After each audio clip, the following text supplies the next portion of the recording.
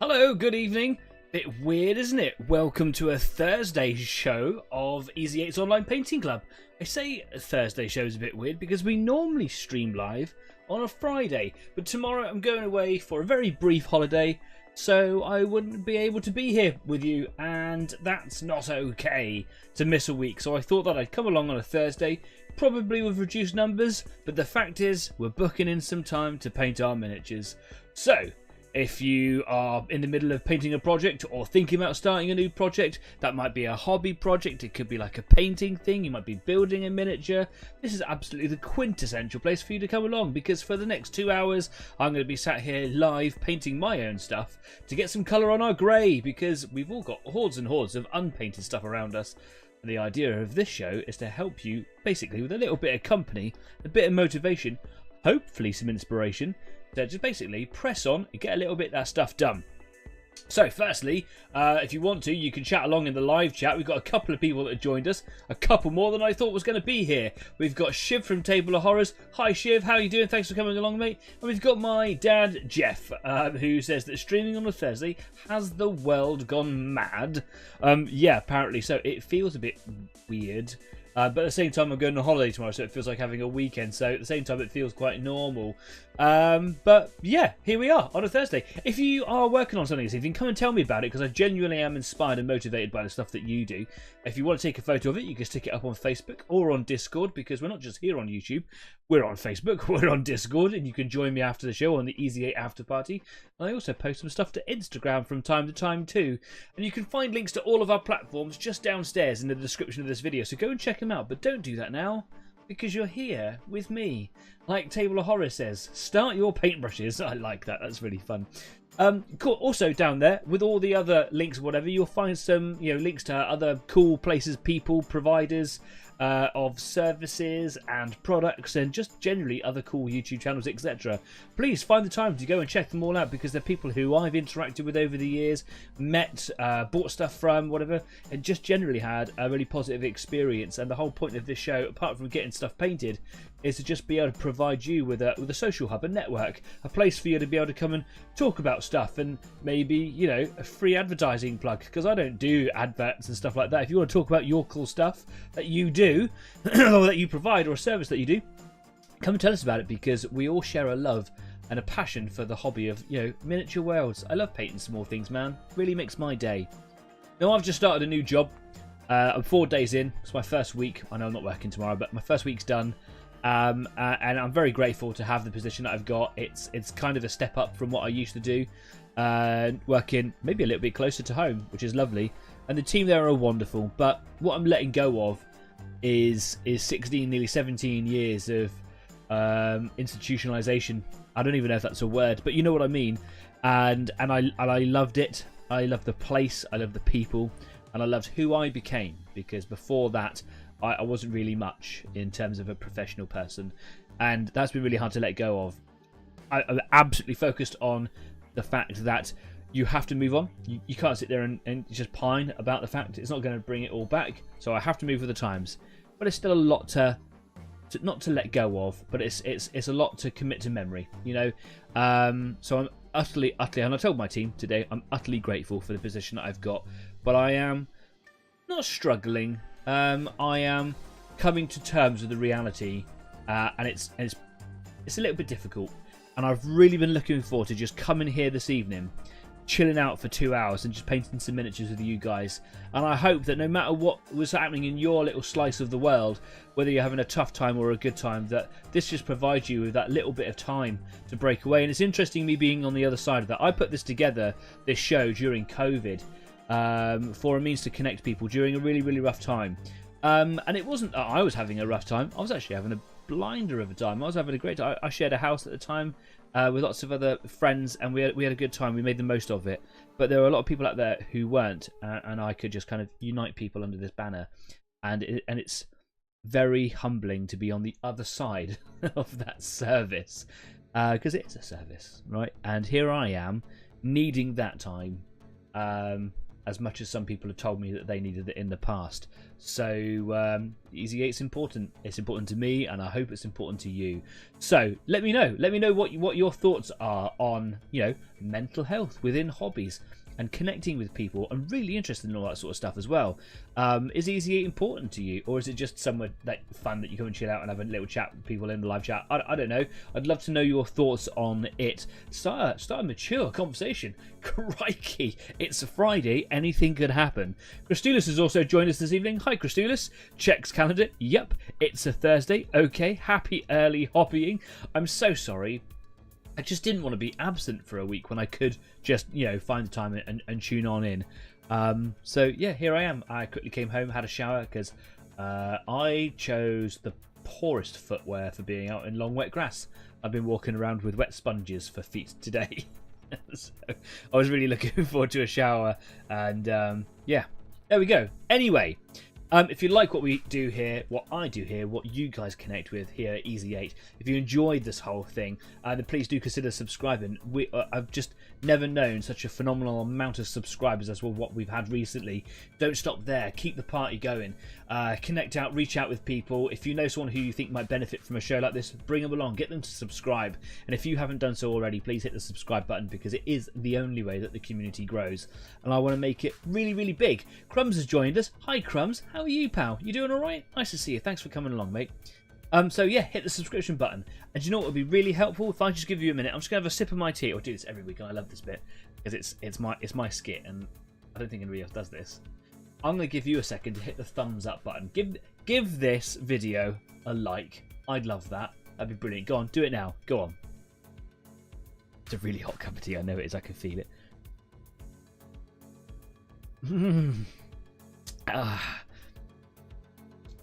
It's like lava. Yikes. Yeah, cool. Please do subscribe, hit the like button, interact in the comment section, share things on Facebook, on YouTube, whatever, and just change that algorithm so that it lands in people's feeds. All hail the algorithm. Cool. Christina says community is super important in games, and without friends, I would find new hobbies. Okay, please don't leave our hobby on. That's not what I'm trying to do at all. Shiv from Table Horror says, if you don't want to give the video a like, give Danny burning his tongue a like instead. Yeah, man, I'm literally suffering for this art of mine. Anyway, do you know what? Enough babbling. Let's go straight over to the workbench. Cool, here we go. I'm just going to increase the size of my screen because I can't really see what I'm streaming. There we go, that's much better. We're sure we can't paint last week's... Is it sure that isn't last week's paint water? No, this was last week's paint water. I came in and it looked like a chemical toilet. It was just bright, offensively bright blue. I changed it just before we went live. I had to fight Dax the cat to get in here. It was crazy. Right, where am I with my project? Because I've started work, I've not really been in the studio at all. Bit of a shame. I've had a couple of other little mini projects on the side, some top secret stuff going. Head on over to Facebook to go and see what I've been doing over there. Might have even posted it on YouTube in the communities tab actually as well. Go check that out. But I've not been working on this at all. Oh, excuse me. At the end of last week's show, I just did a burp. I'm so sorry. At the end of last week's show, I managed to get the other leg done. And what I mean by done is basically masking off, spray painting on the turquoise parts of the camouflage. It's not really a camouflage, it's just a pattern, it's a dazzle pattern. And I've been kind of moaning to myself in my head about how it looks. And I've had a bit of an epiphany. Not an epiphany, a revelation. Not even that really, I've just had a word with myself. And it's really important, yeah? Because one of the things that I think that under the studio lights, even on the camera, it still looks better than it does in real daylight, in like the living room or whatever, is that here under this studio light, this turquoise really stands out. It looks fine, and it stands out against the grey. After a little bit of dry brushing, the silver stands out a little bit better, which is great because that kind of blended in with the grey. But it wasn't really looking like a turquoise, so I added a bit of white and a bit of blue, sorry, a bit of green, to make it a bit more turquoisey. It now looks much more turquoisey, but I've got a problem, and that is that they are two different colours, and they still don't pop as much as I want them to. But I'm just going to carry on. Who cares? It's fun, isn't it? I can sit here and fuss and stress and moan and whinge and whatever about how it's looking, how it's not looking, but I'm not going to get anywhere if I don't carry on painting. It will sit on my shelf of, you know, finished dreams, and I'll always be able to look at it and go, oh, I didn't get that brightness right, I didn't get the colours right, this took me a long time, but it's finished. And that's an important takeaway from this. If you're struggling to get a project finished because you're just fussing on these things, it's never going to happen. You're never going to get past it, which means you're not going to move on to the next project to build on those those learning points. You can tell I've been at work, can't you? Because I've gone into coach mode. I'm an activities coach, is what I do. Got a promotion. I'm a chief instructor. Thank you. It's pretty much what I was doing. But yeah, getting to wear a nice crown. So I've still got another colour to go after, so I'm not even halfway through really. I've got to put this kind of a pattern on the bit between the legs, the naughty bits. Groin. And then I've got to move on to the torso, and I think that it's kind of, the torso is the same thing. If you play any of the MechWarrior Online games, which is what I do, it's legs, arms, head, or cockpit, and torso. This particular model, these are the arms, these are the legs obviously, and then this whole centerpiece is just torso. That's cockpit. So yeah, I'm going to stay working on the legs section for a minute, and I'm just going to start doing the pattern over here in turquoise. In order to do that, I'm going to create more turquoise by adding the turquoise paint, which apparently everyone says to me doesn't look very turquoisey, and by adding bits of green into it with maybe a touch of white to brighten it up. It could be brighter, and hopefully when it's all over the cockpit section as well, it will stand out more than what I've got. Them's my plans. And then I'm going to go in with some blue. This is a bit too bright. I think it's a little bit, it'll get lost in all the colours, so I could add a bit more blue here, but that's for later on. Tell me about your projects, please, now that I've done mine. Crumb says, you psyched for the bicentennial? So next week, it is the 200th episode of Easy 8. That's a big deal, and I didn't really clock on to how much of a big deal that was until a little while ago. Someone was telling me, you going to do anything for it? I think it was Crumbs. And I was like, I haven't really got anything for it. But I have. I've been working hard at creating a special little surprise. There is a 10% chance that it won't happen. And that's a real shame, but it's because I've had to collaborate with other people, and other people have got lives, and I'm just a small little YouTube show, and that's fine. So I can't make the promises that I want to, but there is, in the pipeworks, a really good surprise. Now, if that surprise doesn't happen on the 200th episode, which I really do hope it does, I am going to be bringing that surprise anyway. It's not like I can't bring it just because it, yeah. I've got something on the side. That sounds awful. I've got something in the pipelines, in the works, to bring over for the 200th episode, which if it, for whatever reason, kind of has to be put on hold, it can still come in at a later date, and I'm really, really stoked, really, really excited to bring it your way. So you'll have to tune in a week tomorrow to find out what that is. And yeah, that's that. Imagine what we could be doing, what we could be talking about if I had my 1000th subscriber. That would be a sick party, man. Sick party. I need a little bit of cotton wool here because I can't clean this out. Cotton wool.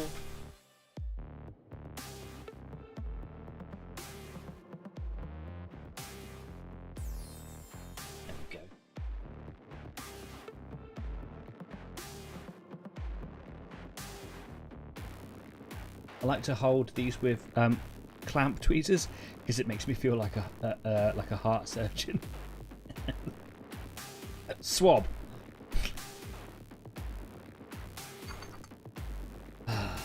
Why am I so special? I don't know.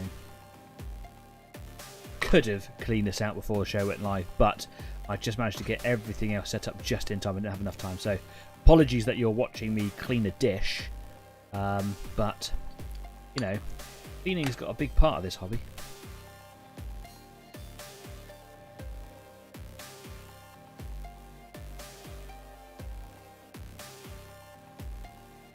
So Jeff says, I had to fit 150 windows into the embassy builds today, so made a river instead. Windows tomorrow.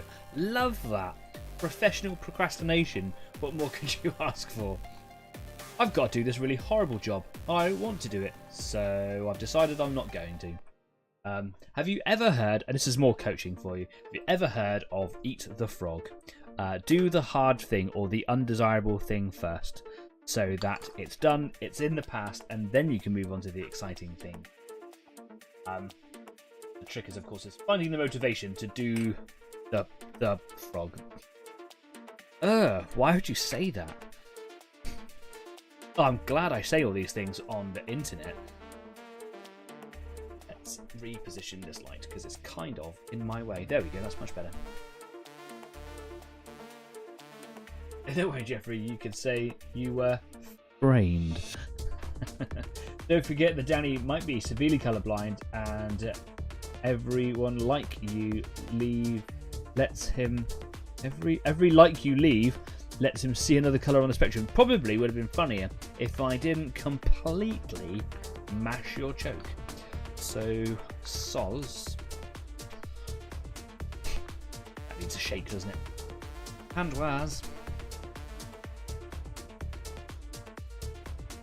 Facial expressions were important there. Right. Luge.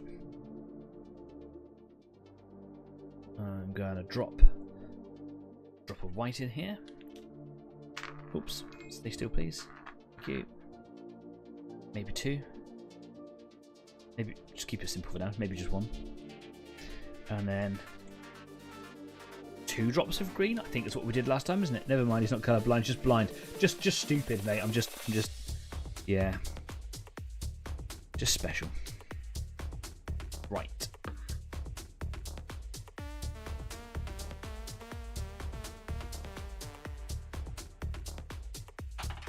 Mixing brush. I also want some thinner.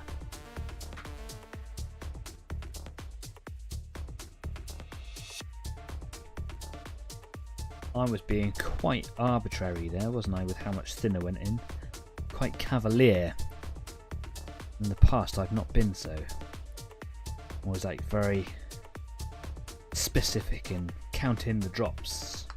I can't be bothered with that. This is going to be a completely another shade, and at this point, rather than getting really stressed about it, and I do get very OCD about how I make my own colours. Go back episodes, I've talked about it so many times, like, it's quite freeing, quite liberating to go just like, whatever. And there we go. A little bubble falling around in there. That looks like it's a decent amount. Cool. God. Over here.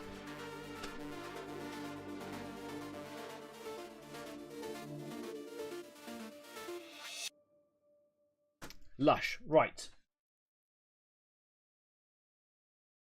Fire up the old airbrush. Be lubricated ever so slightly. I didn't clean it at the end of last week's episode. I didn't give it a deep clean. It shouldn't need a deep clean right now. It just needs the needle being removed and maybe like a drop of cleaner put through there. Just to loosen up debris from the last episode, really.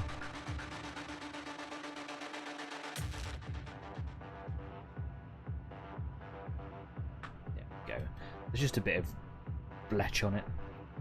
Bletch is a real word, I've been told. So, let's get some cleaner. Wasn't so cavalier in the past, more of a round head. Yeah, that was a bit too obvious. You could do better than that, actually. And you know you can. So, do better.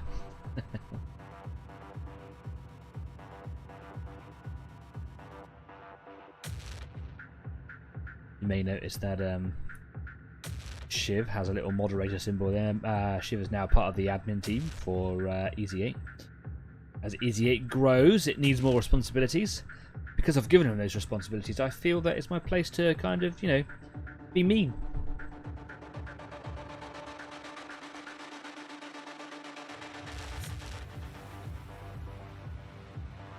I can still feel a little bit of debris on there. There it is. Just scratch that off with my fingernail.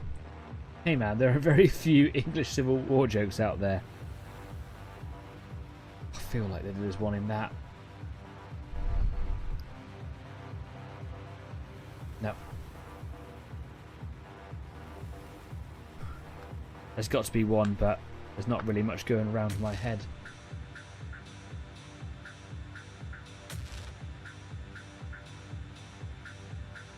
That's really good.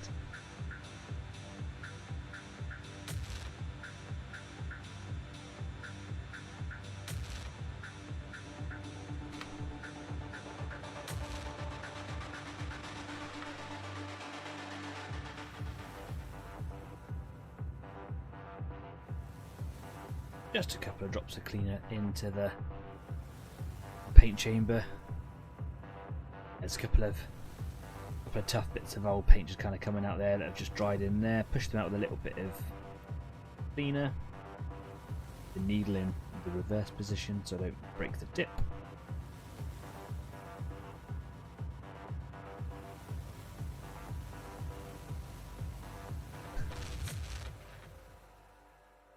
Crumbs well that ends well. Did wonder why you've got a spanner by your name. Yeah, there you go. Easy, yeah, it's just part of the moderation team. So see more of those as the community grows. That's just part and parcel of it. That's what happens. It's a good thing. It means Easy 8 is growing, and I'm really happy about it, personally.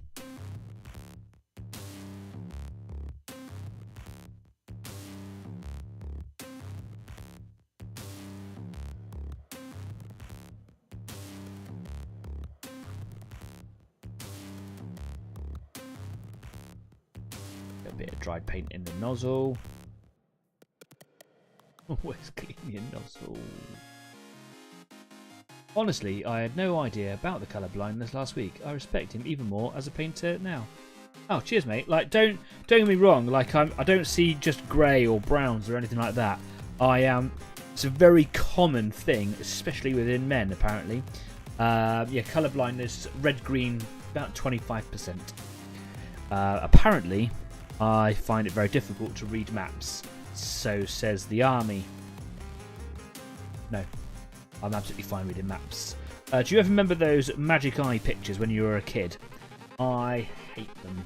I've never really found one that well, occasionally as a kid I've been like, oh yeah, there's a unicorn. Someone goes, it's a crab. I'm like, oh, okay, cool. So yeah, those sorts of things are yeah, I really struggle with that. Do you remember when you were a kid, you had those pens or pencils that started off like one colour at one end and they ended another colour? In the middle, they sort of blended together. I can't determine when one colour turns to the other if it's red and green. So, yeah. Basically, it's more when red and green are right beside each other, I can't tell when they're not the other colour.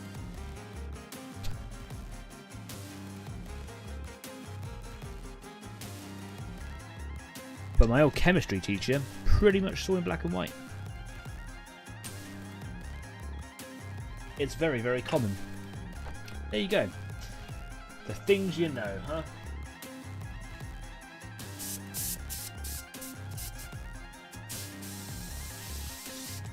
Excellent. Airbrush is working fine. Gonna get myself a spray sheet because I always like to spray tidy. Just don't get it when people spray on top of their worktops. Anyway, here we go. So,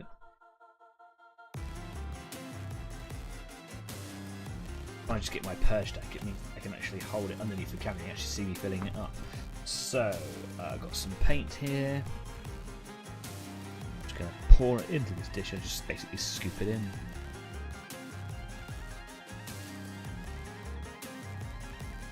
Is actually way more diluted than it has been the last couple of weeks, and I think that's like probably closer to how it should be in terms of this paint's consistency.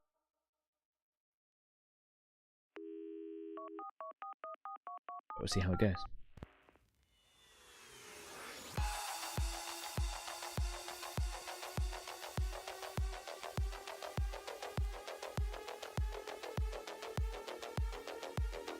Peace.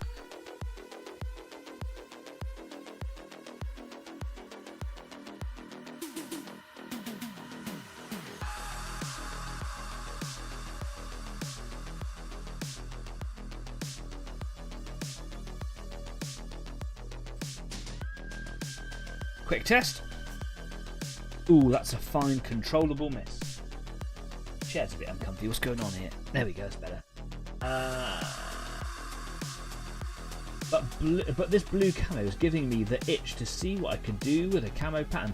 Just go and get like a model that is like completely different from your normal thing, and just take it somewhere. Just go somewhere rogue with it. Just like this one. I just quickly googled camo schemes for this particular regiment in BattleTech. There were loads of other different types, and I just found one that just stood out. It was different from all the others, and I'm like, I like that. That's what I want to do. And then I just kind of took it in my own direction. I had to, because the shape of the chassis was very, very different and much more minimalistic than the other. I just have the kind of the boldness to just go for it and see what happens. Be experimental and be forgiving on yourself. People learn so much more when they make mistakes, and if you've got an experimental piece, nothing is a mistake. So you're winning on two fronts. You're really like taking the psychological edge in your painting, because like there is a lot of psychology in this, right? Because we all want to be perfectionists. We all want it to look really, really pro.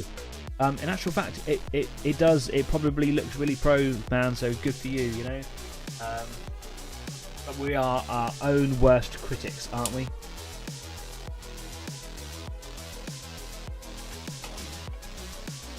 Right. I just put a load of tape on the side of the table here, and I've just cut it in half. I found that last week it was just a bit too much with really long pieces of tape. I thought they were going to be a right size, but they weren't very good for me at all. So I'm just, and even like now, like talking about experimenting with different paint schemes or whatever, I'm literally just throwing the tape on. I don't really care about where it goes. I'm just thinking, will that be enough? Will it be too much? That's kind of my only thought process.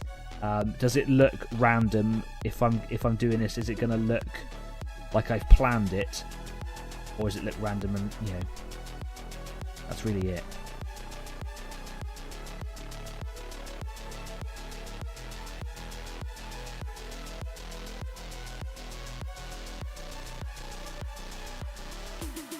And I want there to be quite a bit of colour on it by the end of it.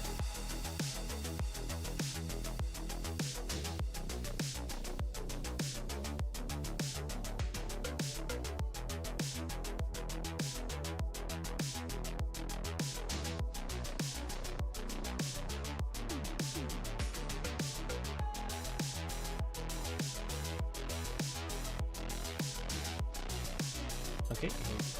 Sticking down as well as I wanted it to, but whatevs.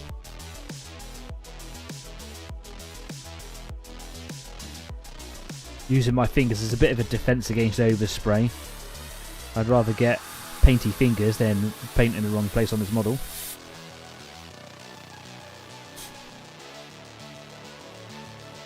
There's a nice vibrancy to this particular mixture, that's quite nice.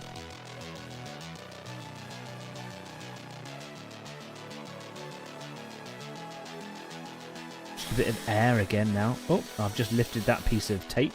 That's ideal. Stuck to my finger, better than it did the Ruddy model.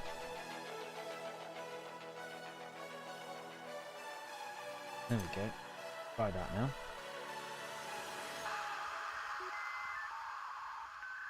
A bit heavy there.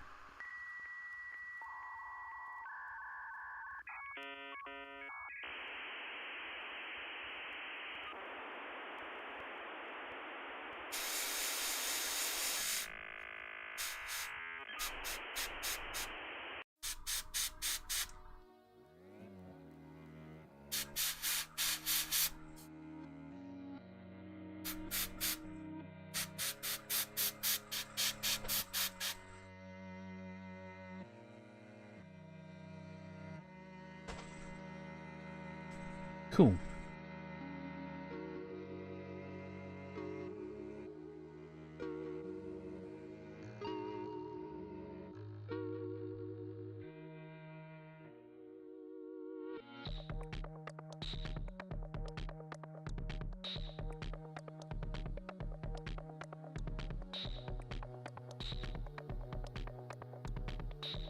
That's all right, isn't it? Even though, look, it is a slightly different shade, even though it's slightly different in its brightness or luminosity, it still doesn't look so different that you go like, oh, I didn't get it right there, did you? I'm still really, really happy with that, so yay for me. Right, let's carry on. I'm going to try and keep catching up with the comments as we go in. It should also be noted that Danny is airbrushing in a well-ventilated room and advises everyone else to do the same, as diesel fumes are hazardous, but so cheap, says Grums. Think of the money you could save for paracetamol to get rid of the headache after noxious fumes. Oh dear. Please don't worry, community. I am not spraying diesel.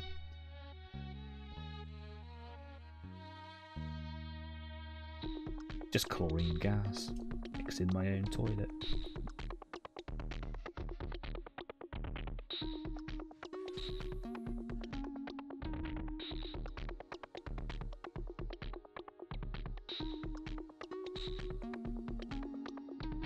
Right here, I've got a little area of silver painted, and I'm just kind of bringing making a little bit of a triangle that's coming right up to that edge. So part of this little bit here is to make sure that gets lined up perfectly. Said perfectly. You guys call me good. Along that edge there. So it looks like that maybe the chassis of this mech was painted separate from other components in its factory or something.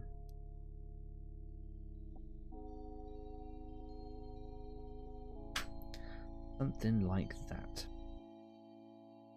Just like the last couple of times I've been using a little silicone pencil paintbrush thingy to help push the tape into the right places. Does anyone have a good scheme for a decent skin tone? Skin tones is something that I really want to go into here on Easy 8. I've been looking at projects, unfortunately, quite far into the future, at least later on in the year, where we could actually do some skin stuff together. That sounds terrible. Where we could do a project where we study and work skin tones together. If you want to do, well, like I will do a model and here on the show, and I'll let you know that the particular miniature that I've bought for it and the paint range, and then we kind of can work together if you like. That is only if you want to do that. Like, I'll still do it as a thing for me, but yeah. So no, I don't have a good scheme for skin tones, but it is one of my like performance indicators as to how good I'm growing as a painter, is can I do skin tones.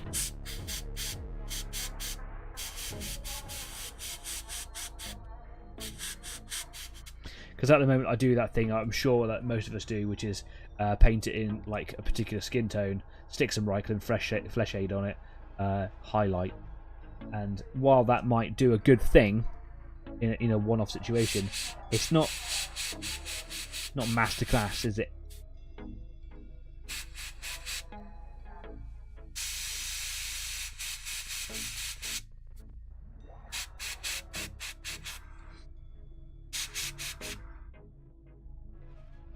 Ace.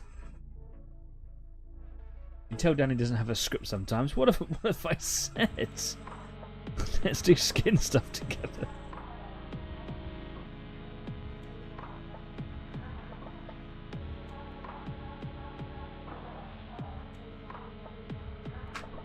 It's looking alright, isn't it? Like it.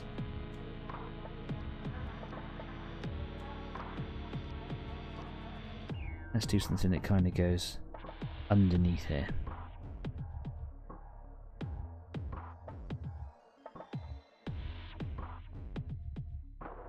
Try and get a bit of an angle on it. There we are. Yeah, something like that.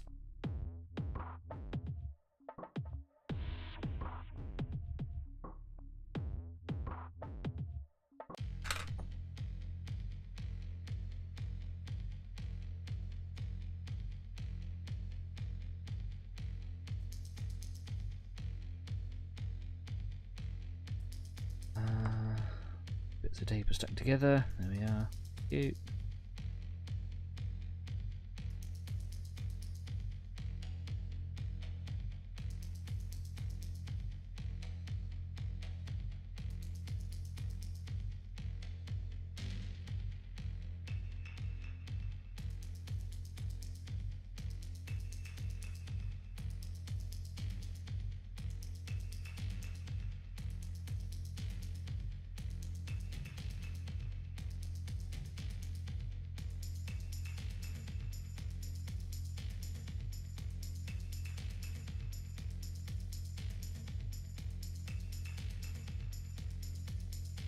Just building shapes, man.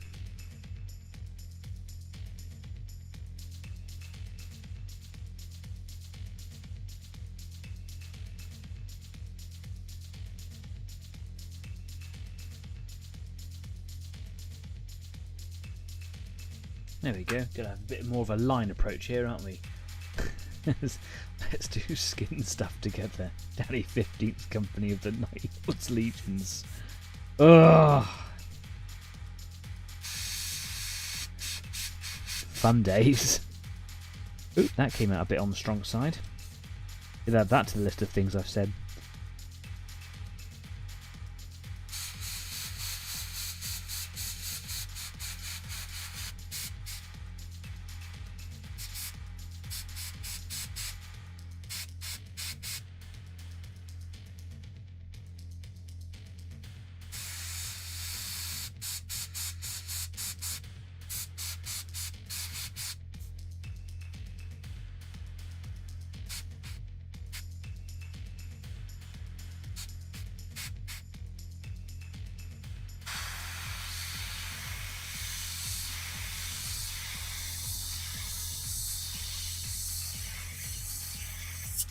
Cool.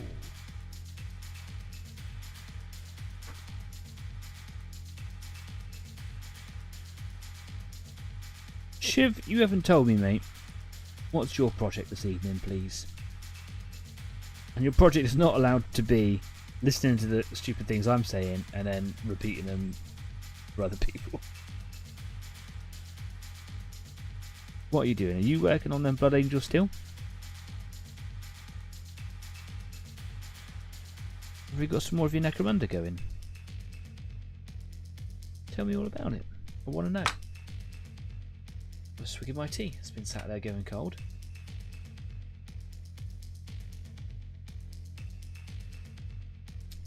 It's cold now. Really hot earlier. Okie dokie. Oh. There's a part of me that doesn't want to do anything on the top because I don't know if it's going to really be seen, but if I pop the cockpit on the top, you can see that actually you can see quite clearly that top area. So I'm going to need to do some camouflage bits in here because that's all quite open to the eye. So let's get in here with some lines.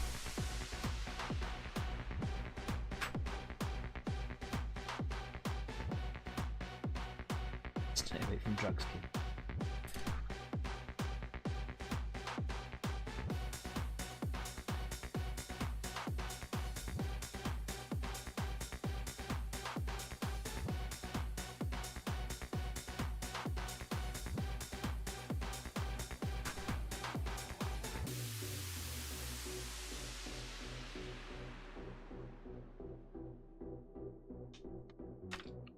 Tape was stuck to the paper. Really trying to be quite careful about how this particular piece of tape goes down, because just underneath it here is silver in the hip. I don't want to cover that over. It might be quite obvious to see. It might not, because all the colours are blending together a little bit, aren't they, on this particular project? At the same time, I'm not going to take it.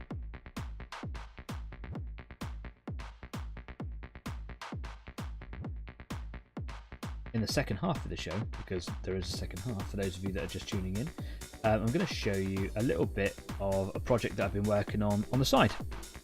It's not always been this project. I've got a top secret project going on at the moment, that's quite fun. But I've also got another project working, because the whole point of this was that I was going to be doing 2 or 3 projects at the same time. And I've actually got 2 other projects going, just to keep things a little bit different so I don't go insane doing the same thing over and over, basically. And yeah, some of it's some airbrushing, some of it's some like physical modelling bits, which is kind of cool. We can have a little look at those in the second half. Oopsie daisy.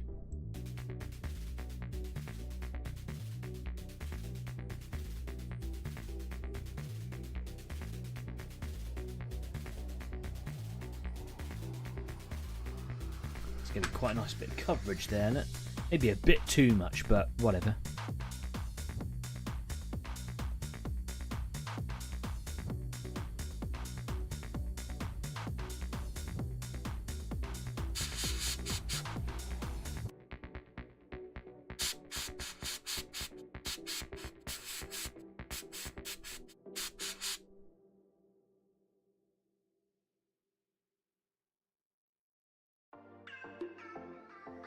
Bit of bubbling coming up inside the thing there, so I didn't do a very good job cleaning it earlier.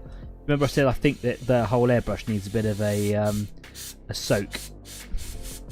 That's going to be happening today.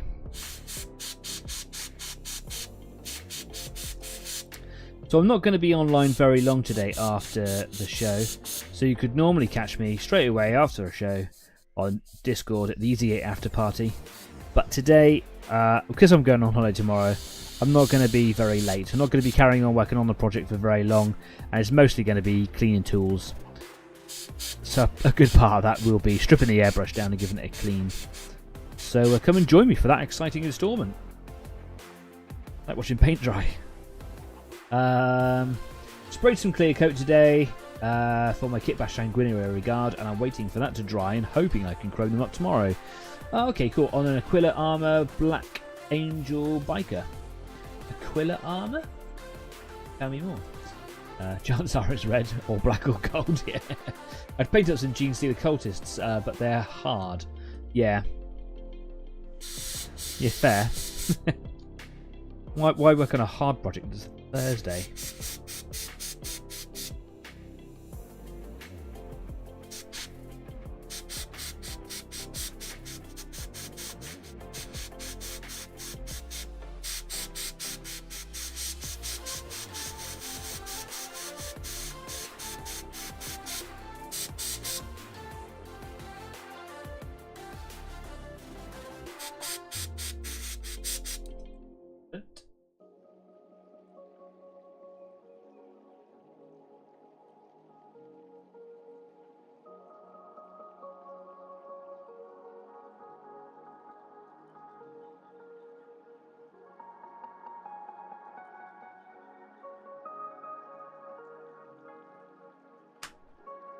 Quite used to doing all these small detailed little bits because the areas that I've been working on are quite small, but now that I'm moving into this larger area, I've just got a larger canvas, haven't I? So it's quite nice to be able to make larger bits. So I think I want to do a bit that maybe comes from down here, kind of goes up that way. Maybe I won't go straight onto the top here. Maybe I'll do like another triangle piece perhaps. So try and break up the line directions a little bit. Go here.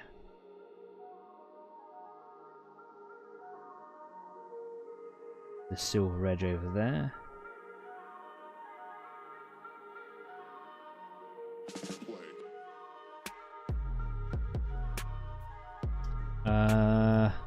Tan for coveralls, or orange, pale purple, pink for skin and metallics for guns and tools as grums. I suppose that's in reference to Gene Stealer Cults. Yeah, just if you haven't got an idea for your colour scheme, you know, just look around, Google things for inspiration. I like to watch films and stuff, and I'm like, actually, I really like that particular scheme on that particular unrelated thing, but I just want it to, you know, sing echoes of this film that I saw. I wonder if I've got any.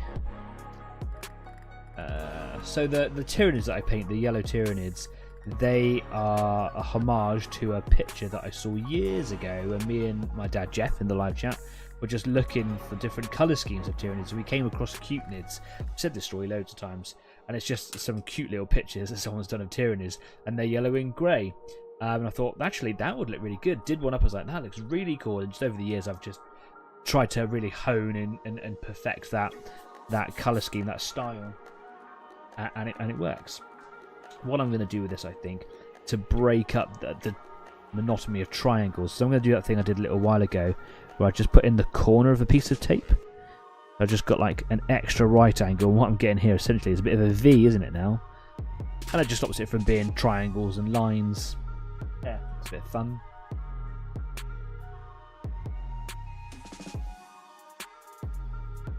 And that will happen naturally, I reckon, when I go in with the blue. If the blue is different enough from the turquoise, which it really should be, I'll be painting over the turquoise in most areas in little spots. So like you'll have these little interference overlaps. That sounds good, doesn't it? Interference overlaps. Behind that monthly paywall. I need to watch Danny polish his tools only on after the stream. That is not appropriate.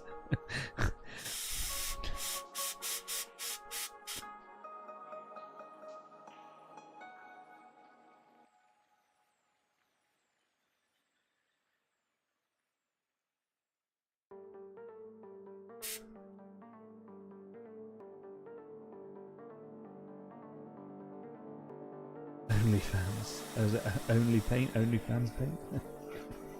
Interesting. My contract, I'm not allowed to have an OnlyFans account. Because it goes against the interests of the company. Or anything similar. So there will be nothing like a Patreon, come watch me polish tools. Also, I can't stress this enough, I don't want to. Quillet armor is, I think, Mark 8. Oh, okay, yeah, cool. I can't remember all the different names for them all. I just know them by their marks. I know that the Mark 6, for example, is Corvus with the beaky armor.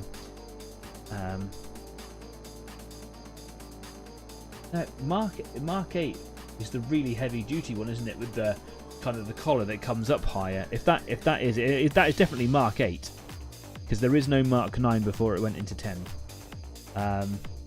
Yeah, I like that. Interesting shape in it. Love it. And then I think I'm just going to do one more piece on here.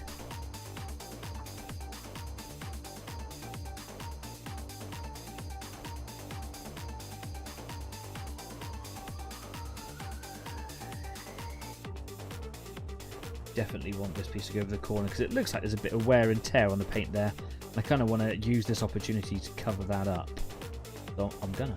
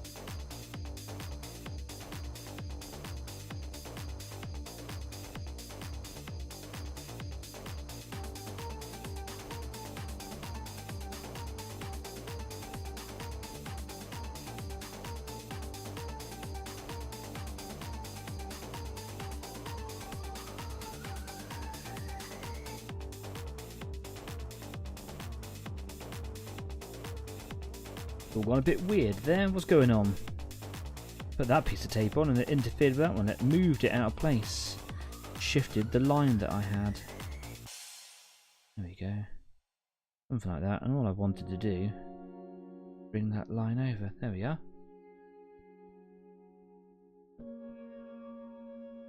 Lush.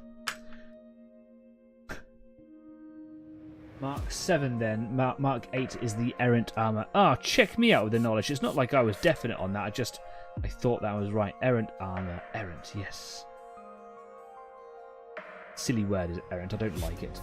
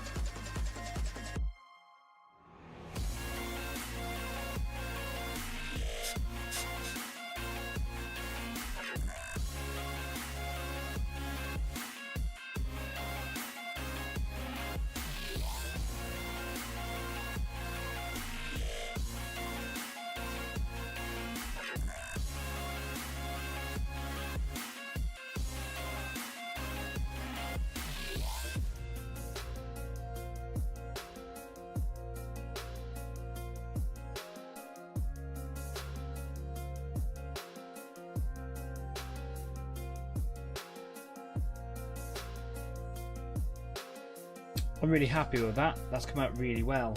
Fantastic. Good for me.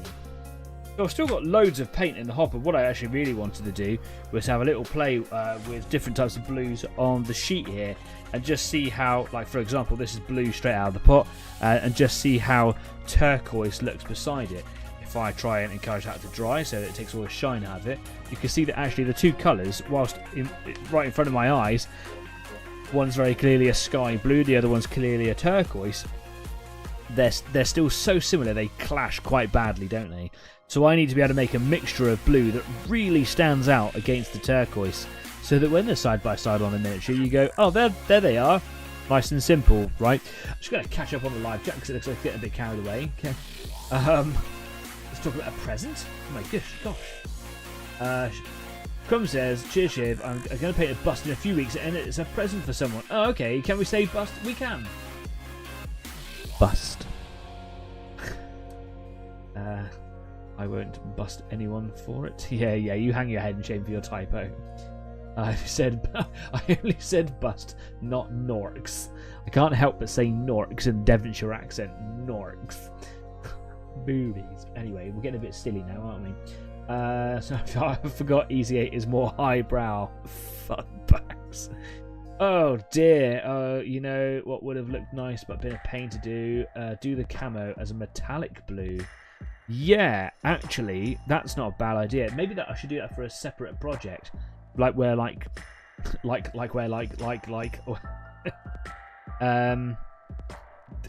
whole camo pattern is metallic. That could just be interesting. It might just be a sight for sore eyes. Who knows? But that could be interesting. Right. To the torso. Still got loads of paint, so I might as well use it up. When it runs out, we'll start looking at formulating blue.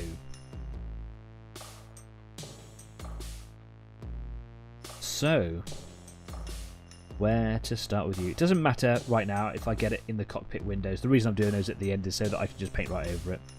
So, yeah.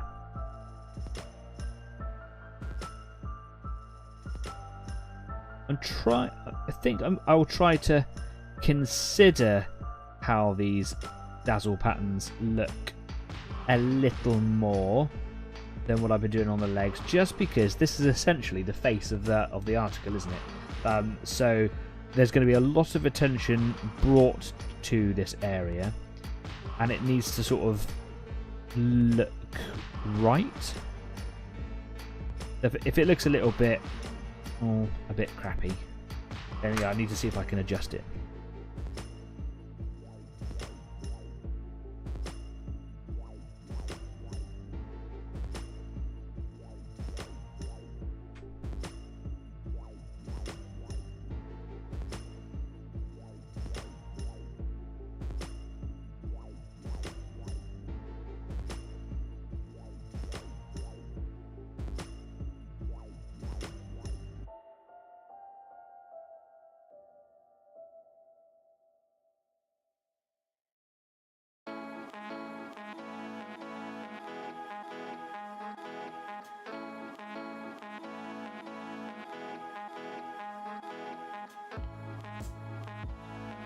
Okay. Hopefully, nice and gentle.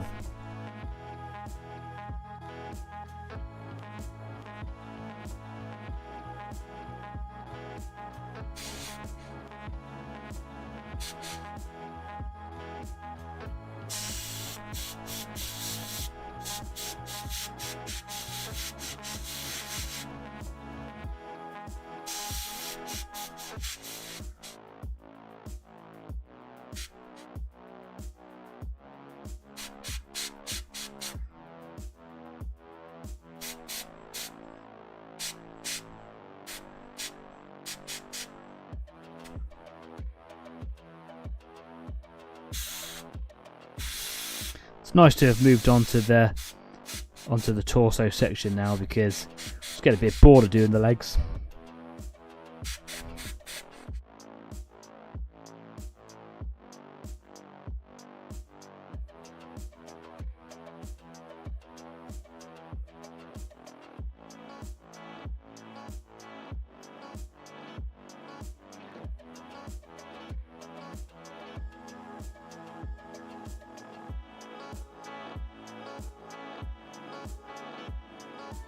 A little bit of cat fur, because what is a day without cat fur?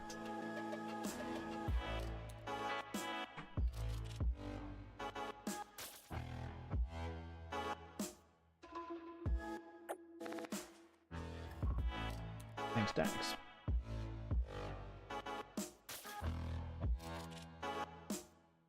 Okay, looks like a tribal thing, doesn't it? Like a bit of war paint across his face. I like how it ends underneath straight away on that armor plate and doesn't go on underneath. Maybe I'll leave the underneath apart, alone entirely. Cool. We are pretty much at that point where we go away for a break. I'll find it on my menu. There we go. So yeah, in a minute I'm going to disappear for 10. Great opportunity for you to go and grab a refreshment or a happy snack, or change paint water. I've just got that one bit of paint water. I'm not really fussed about that today. Of course, you could go and grab yourself a grown-up juice. It's only a Thursday, so bear that in mind if you've got work or school or other commitments in the week. Tomorrow, maybe don't go and get that grown-up juice. Drink responsibly.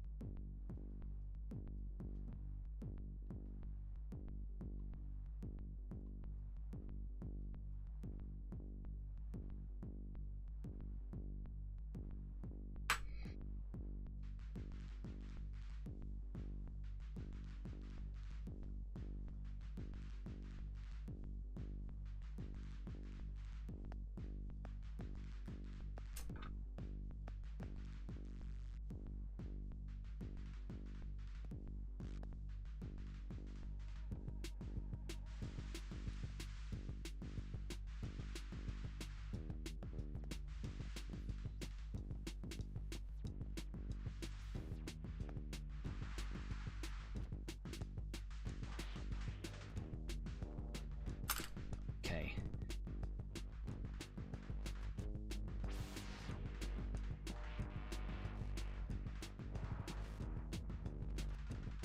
Do you remember when I spent that time just pulling those little details out in silver? Those little ladder bits? Just spray painting right over the top of them. Who cares?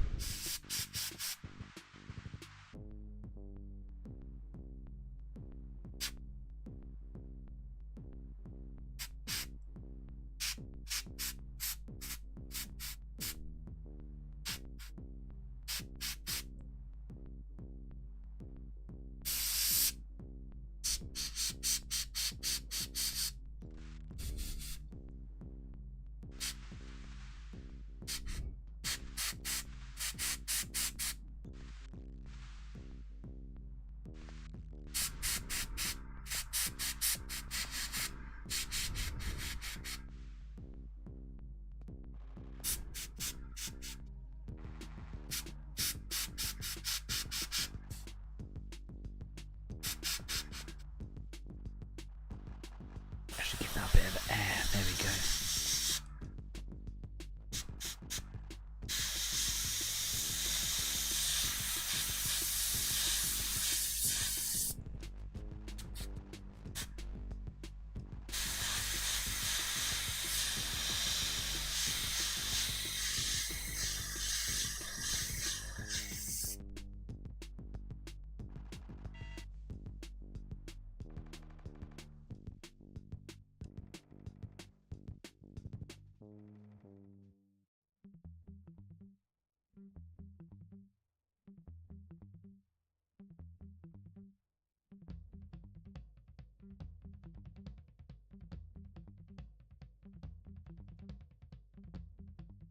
Okay, so got a couple of patterns on it already. It's coming on nice and quick, actually. Looking really, really cool. I would like the grey to really be a background colour that is, you have to kind of look at it and go, oh, there is grey on there. I'd like there to be lots of blue, lots of turquoise. I want it to look quite spectacular. So, yeah, really happy with that so far. quick catch up on the live chat then, just to see where we are. Turbo Dork color interference paint or Green Stuff World does a similar thing. Oh yeah, they do lots of Green Stuff World do lots of metallic colors certainly, and also the changeable ones as well. That's that comment above me. The military can't disregard people with a disability, so there is a possibility of it, as Danny said, 25%. I think I'm missing out on loads of things here. On loads of comments. Yeah.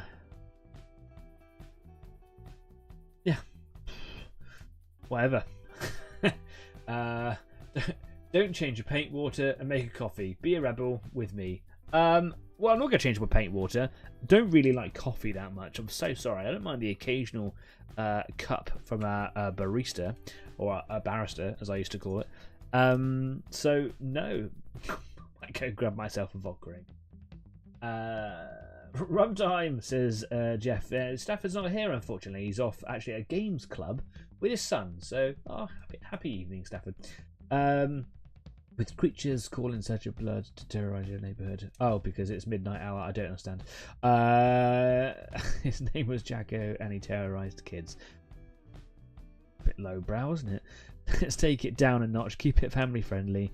We might scare people off mentioning that name. He was friendly to all families. I believe he was innocent. And we'll leave that there. I'll be back in 10 minutes. Go grab yourself a refreshment. I'll see you back in a few. Cheers.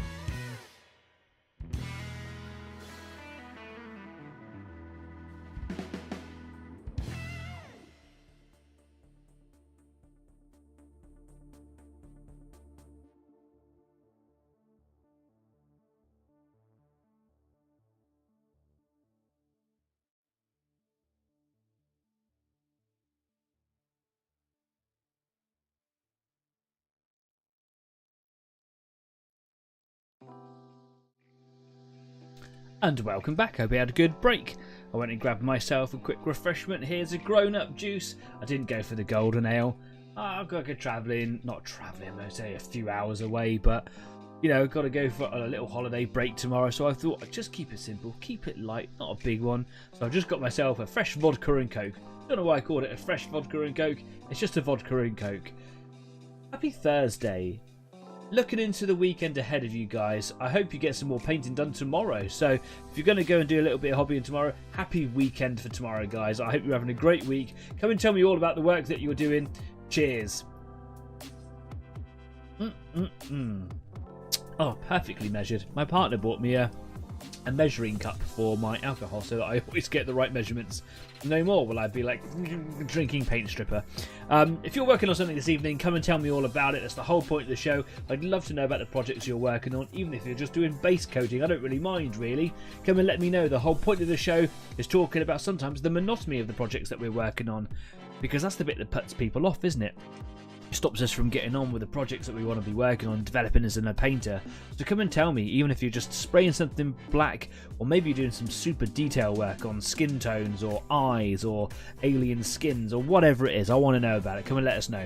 If you like what we do here at Easy 8, just remember it's not a tutorial show or anything like that. It's literally a painting club. Please do subscribe to the show. It's how the community grows. I want more people to come along. So if you know someone who you think might benefit from a show like this, tell them, bring them along, bring their kids, bring whatever, do whatever. Bring a little project, maybe start something together if they're new to it all, and you think, do you know what? Let's do this together. Come and tune into the show and tell us all about it. Take pictures of your stuff, stick it up on Facebook or on Discord, because you can catch me on those two platforms as well as Instagram sometimes, if you're lucky. Links to all of our platforms are all downstairs, down there, so go and check them out, with a whole host of other links to other exciting places, people who I've connected with over the years, and they deserve as much attention and love. So, yeah. There you go. Subscribe to the show. And if you haven't done so already, hit the little like button. Go on, do it now. And I'll grab another sip of this non-burning drink. Cheers, guys. Yeah. So, how are your projects going? If you are working on something this evening, come and tell me. I genuinely would like to know about it. I'm sitting here just masking up my little raven. But very quickly, what I'm going to do, just going to move this stuff away, because I did say that in the first half of the show, I was going to show you about some of the other projects that I'm working on. So what I'm going to do is very quickly take you over to the workbench. I always pull little faces before we go there, and sometimes the transition doesn't work, and I'm just there at the camera going... I'm glad it's a live show. Anyway, project number 1 is the Raven. Yeah, working away on that. That's great. Got 3 projects on the go. Project number 2 is totally different, and I'm having a great time doing it. It is Space Marine McFarlane miniature, for lack of a better term. So this is the bolt gun that I've been working on. Now, I went to a lot of troubles to try and clean up the mould lines on the whole project as best as I possibly can. But the plastic is very different than the Games Workshop miniature plastic, because this is essentially a toy. It's an action figure. It's got posable joints, etc., etc. And it's rubberized plastic, so it's got a lot of give, and you can be quite punishing with it. I sprayed it all with a primer of black, and I'm painting Dark Angels. This is the colour of the bolter for Dark Angels, and this is a bit of fun because I've used like the steel colours, which interesting that it hasn't done what it normally does on miniatures with a much more flat surface. It looks way more metallic, but I actually quite like the effect on here, and it's just because it's going onto a cheap rubberized plastic, but the colour is very good. It's exactly what I wanted. Trying to paint all this red in was very difficult because red's a very weak pigment paint, and trying to paint over the top of silver, which I had to spray that down to kind of cover it all properly, was very, very difficult. So I painted everything in this sort of ivory colour here, which I just find has a better pigment. It covers quite well. I had to do like 2 coats of that, but I had to make sure that I kind of got all the liner edges, all the sort of the 3-dimensional edges on it, and that's been really tricky, and it still didn't really cover very well over that. So I had to take the plunge and start airbrushing it all. It needs probably 1 more coat, but I've been like trying to get in with a piece of card, yeah, like a piece of card, and just try to, you know, spray around it. There's a little bit of overspray at the back, so there's a little bit of neatening up to do on here. the idea is to do a little bit more weathering on it and make it look a bit more real and put a bit more focus and attention into some of these areas that are normally so small. They're out of reach of, you know, the normal sort of sight range. This will look really, really smart, and it'll be a nice standout piece against the general colour of the rest of the miniature. Now, I've broken the rest of the miniature down. You don't have to, but it does make it easier. So I've popped a lot of his joints off to make it easier for painting, etc. Primed in black, and then I was using very, very dark green, this colour green in here, and it's taken about 4 coats to get that to stand out. And in the wrong light, it still looks almost black, but that's what colour a Dark Angel is. Now, if I'm painting little 28, 32 millimeter miniatures, well, that's hard. You can do lots of outlining, you know, edge light, you know, highlights and things like that to make it all stand out. Hiccups, but I wanted to do something a little bit different, and I wanted to rely on a lot of lighting techniques, really. So a lot of like zenithal lighting. So what I did is I just sprayed white ink in a zenithal pattern, and then went over with the same color. So where you can see the sort of the shading differences, that is literally the same green over a spray of white. I might do some more work in terms of how light interacts with this. I might do like another spray of white in those areas to really enhance that, try to bring that out, which I think would be quite exciting. And I might do some panel lining, very, very basic panel lining with some oil paints to make sure that I'm getting right into those edges to kind of really make those contrast and stand out against from their background panels. And then I might go in and do a very, very fine amount of edge highlighting, but keeping it really, really minimalistic, just so that everything just kind of goes like, oh wow, that really stands out. And then of course there's lots of detail work to do on here. You can see all this ribbing on the side here and like in the neck. This is all like the parts that aren't protected by armor plates, and they're going to be done in very dark greys because I think that looks a little bit better than black. I'm starting to move away from black. I think that's kind of cool. All the other limbs, of course, are over here on my porcupine. So you can see I've got all these parts here. You can really see that zenithal work coming into play on this shoulder pad here in particular. That's not the light actually bouncing off the model itself. You can see that there's actually it's brighter at the top. I think I can go a little bit more intense with that, which will be quite exciting. Obviously the character's focus is all about the head, so you can see that works really, really well. I do want to go lighter again in some areas, but I don't want to go like completely bonkers with it. I want to try and keep it quite a minimalistic approach. So I'm not going to spend hours and hours blending because I've got so many other projects to do as well. I want to make it fun, I want to make it snappy, but I want it to I want it to come out quite good. Yeah, I want it to look stunning. I particularly like the backpack on this guy.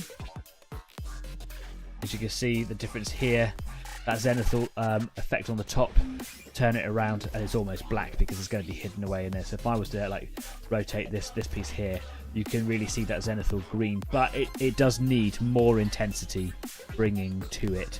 So that's a project that is ongoing. Every now and again, I get a bit bored of painting the Raven, and I just come in and go, do you know what? I'm just going to fill up the hopper on the airbrush. I'm just going to do dark green. So yeah. And he'll still be able to maintain his posability, but obviously the way that he's been painted, the way that the light is designed to kind of reflect off of him, it will look better in a particular pose, and that will be the standard Marine holding the gun to. But yeah. Anyway, the really tricky part is getting this gun handle into the hand. Unfortunately, because they're toys, they're action figures, they're not sculpted the best. The pose of the trigger handle, the handle hand, is so poor that it doesn't actually fit into it. And I remember trying to really, before I even started painting it, really trying to cram the hand around this handle and get the finger in the right place. With paint on it, it's just going to pull that paint off instantly. So I've got to be really careful about how I do that. The only way that I'm going to really be able to do that, unfortunately, is by having it held loosely, which won't look so great, but just a bit of fun. I might pop a little bit of blue tack in there in the handle, just so that it kind of can hold there a bit better maybe. So yeah, fun things, right? Really enjoying doing that. Nice little break occasionally just to come in and just thumb things down, really. And the other project, this is probably some serious work going on, and I'm really, really proud of this model. This is my resin printed ED209 from RoboCop. RoboCop's one of my classic all-time favourites in terms of movies, and Ed is just one of the best on-screen villains ever. He's a fantastic robot. The stop motion that Phil Tippett and his team used in that film really pay into the mechanicalness of Ed 209, and this is a mini I reckon to be around about 1/18, but there is no scale written on the box. It was made by a private printer. I believe somewhere probably in China, I'm not entirely sure. It was a gift for my birthday last year. The rest of the model is insanely detailed. It is absolutely bonkers how detailed it is. I have never seen anything quite so detailed in all my life. It is fantastic. However, there is just one problem, and that is with this head section here. You can see that it comes away in 3 different pieces. And the problem is, these 2 pieces here, mouth and bonnet, fit together reasonably well. There's a little bit of gap, but I could put some green stuff in there. Fortunately, I bought some recently to go in there. That's fine.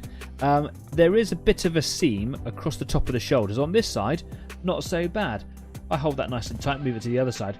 Quite a gap, and that is because I think that the render has a sort of a smoother hill rather than an angle that kind of slots in it, and I think it's just different on this side than it is on that side, and it matches up under here, and they're not really slotting together so well. So what I'm going to have to do is get a little miniature grinder out and just try and grind these little gullies out so that it fits together a little bit better. Unfortunately, the problems don't stop there. When you put these 2 together, they should form a socket, and then there's a lug on this side here that the 2 fit into.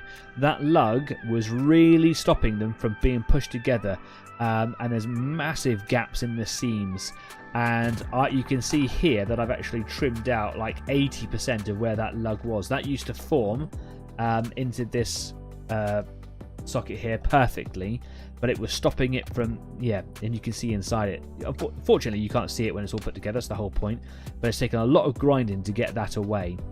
The problem here really is it stops these 2 top pieces lining up, and I've put a lot of pressure into it. I can get it there, but this bonnet section is got like a mesh texture to it. So if I was to fill this gap, I've got to replicate that. And the way that I could do that is by filling it with green stuff, taking a copy with a stamp that's kind of got this texture on it, but I'll never line that up properly, and it will stand out. The thing is, you can see that the flat surface here is perfectly flat. You can see that. And I know that these surfaces here are also perfectly flat.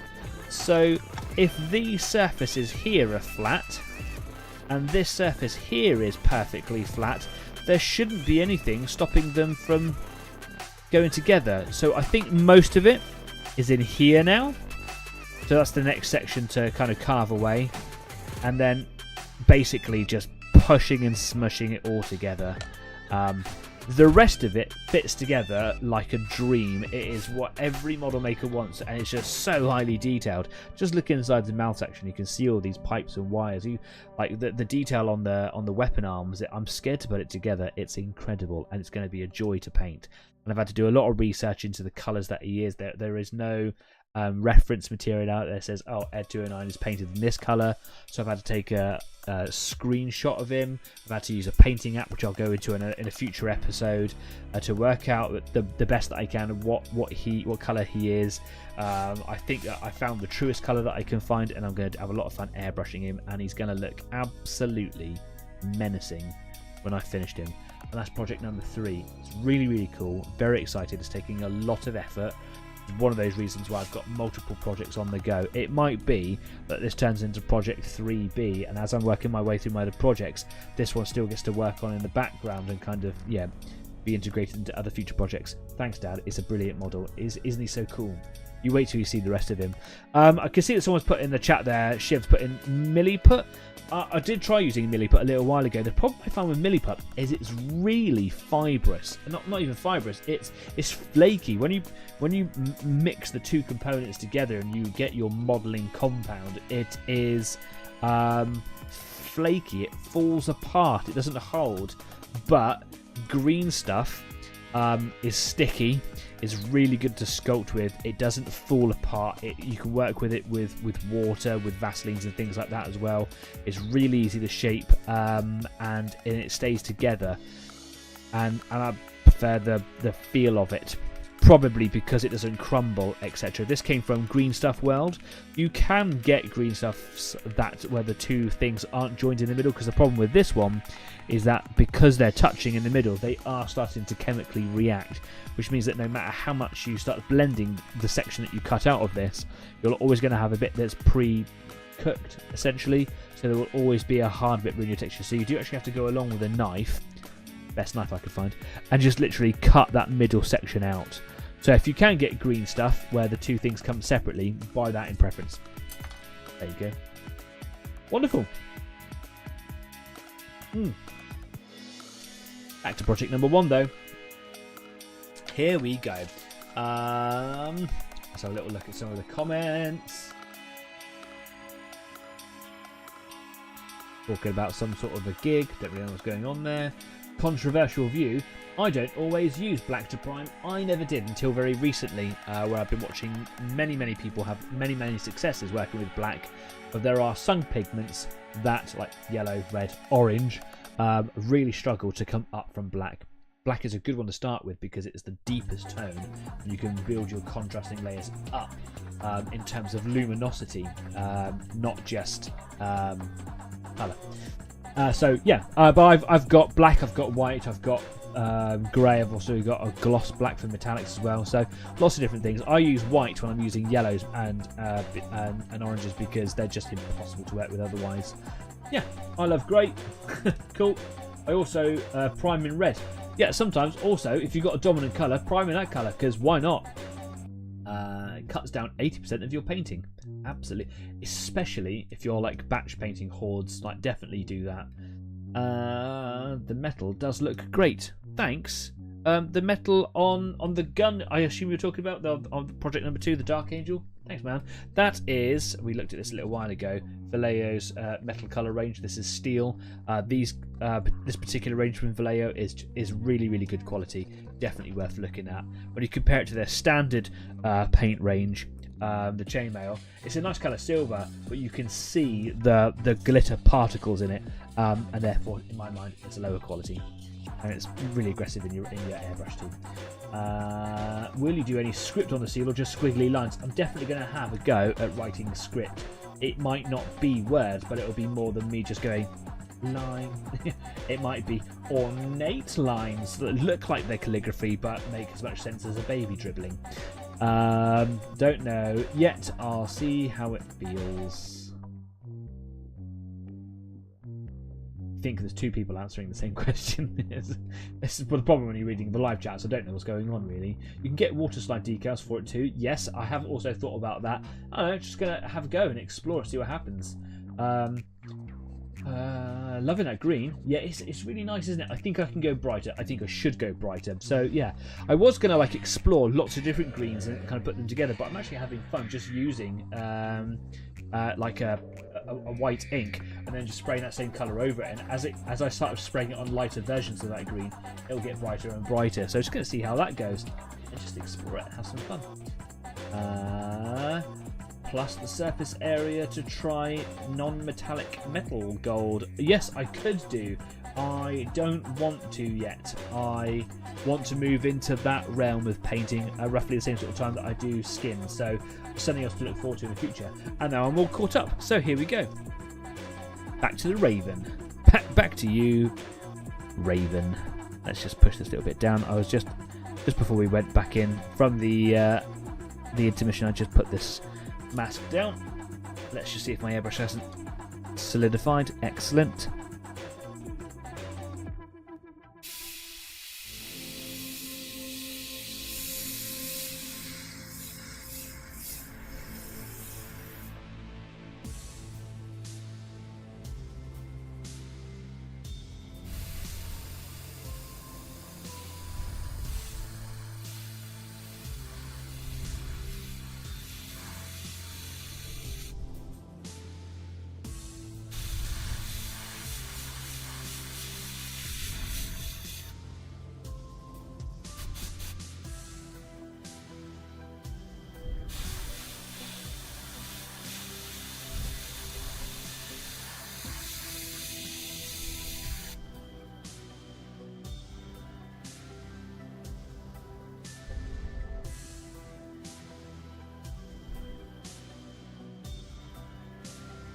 these bits of tape are starting to get a bit on the crusty side. So I think I'm going to just exile those to You've Been Used to Death over there. Wonderful. Got a little bit of overspray here on the corner of the little frame, little bit of turquoise there. So I think later on I'm just going to have to come back in. When I do the little step thingies on the side, I'll just have to reintroduce some silver to that area there. But otherwise it's looking cool. The tape was starting to peel a little bit on the sides because it was starting to get a bit used, I think. I got a little bit of flow run away, so I think later on I'm going to have to make sure that I hit a bit of blue on that later on. Potential. Anyway, let's carry on. Got some other bits of tape here.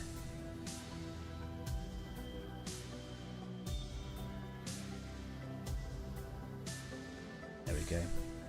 Let's have a little look down the side over here.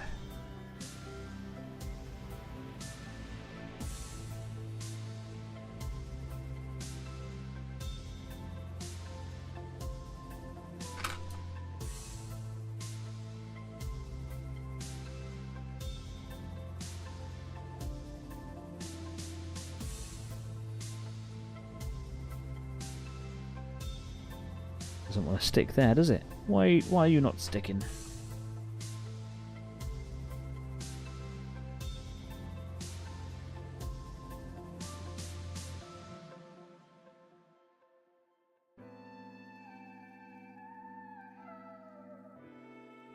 Hold it down with another piece. That's the ticket. That's how you get away with that.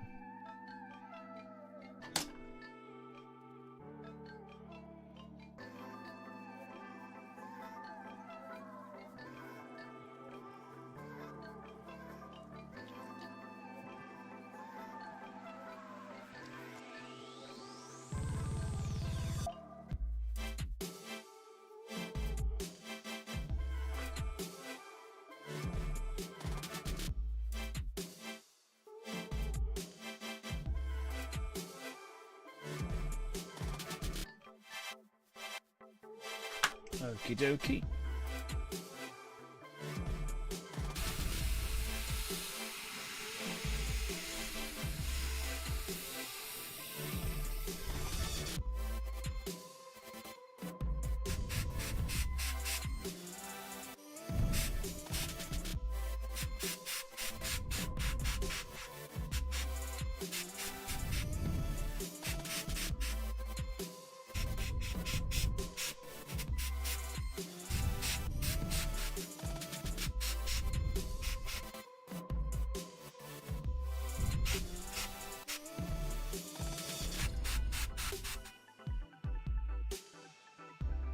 Keep on leaving wet bits of paint. I'm about to put the airbrush down. Actually, I could just spend that little bit of time drying that area out with free, just a bit of flow and air. Because when you take the tape off, if you've still got the wet paint sat there, it's quite easy to spoil that area.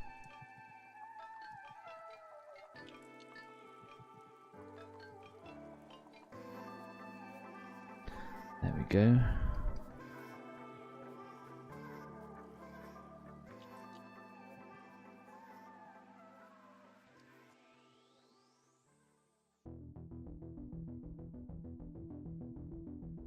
I think about where I can get any interesting places where I can really get this paint to sit.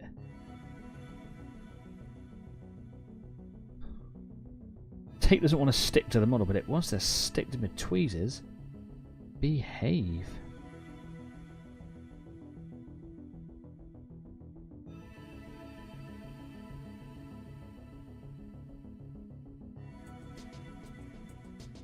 Sticks to everything that is rather than what it's supposed to. It's like micropore.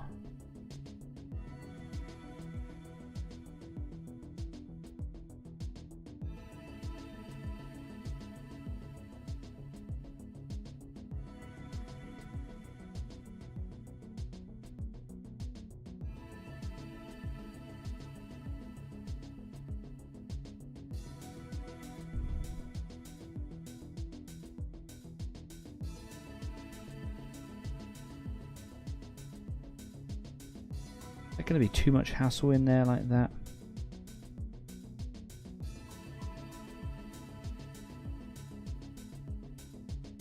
You know what? There's only one way to find out.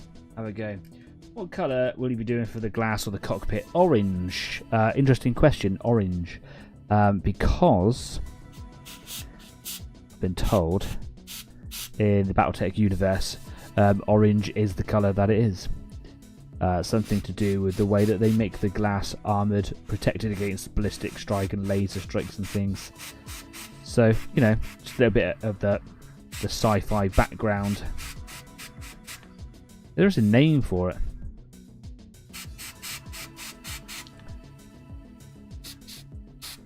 But it's supposed to be a little bit reflective, a little bit almost metallic, it's supposed to be shiny. You're supposed to almost be able to see through it. So, you know, there's some interesting sort of concepts to play with there. So I won't just paint it orange. I'll have a little research into what a cockpit is supposed to be and see if I can play around with those ideas. But orange.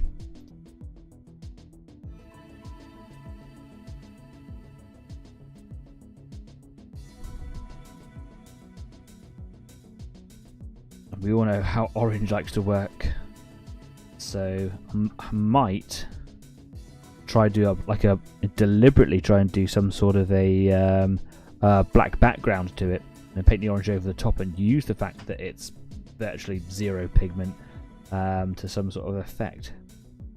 Try and add some like layers of depth and contrast in there as I go. But yeah, I've not really thought about it much beyond that at the moment. I'll be liaising with Kez, who knows much more. Looking at lots of reference pictures and things, because there's lots of really cool artwork out there that include the cockpit colour scheme. Also, lots of artists who done like their own drawings, renders, and like their own miniatures have done different colours as well. So, you know, there's no real like stigma to changing it, as there can be in some make-believe universes where you can't do that because he hasn't got shoelaces. Alright, mate. Decided to put shoelaces on him. Whatevs.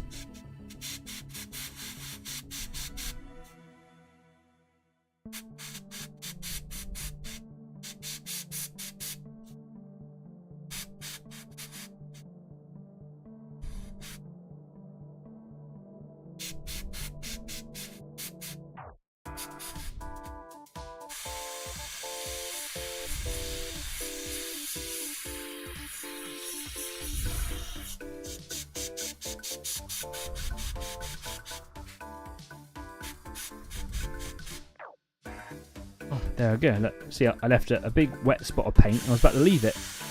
Why do that? Why do that? My brain's a bit wired wrong today.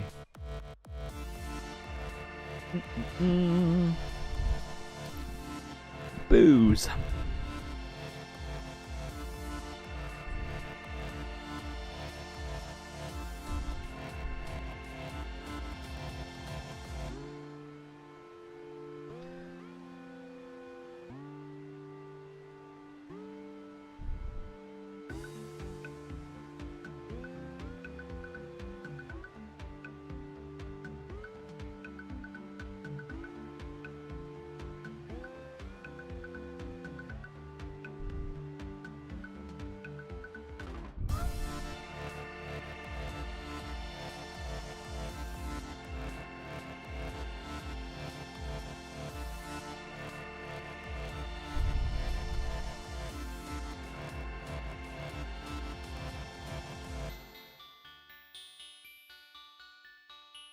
It's just sticks to everything that you don't want it to, but never to the thing that you want it on.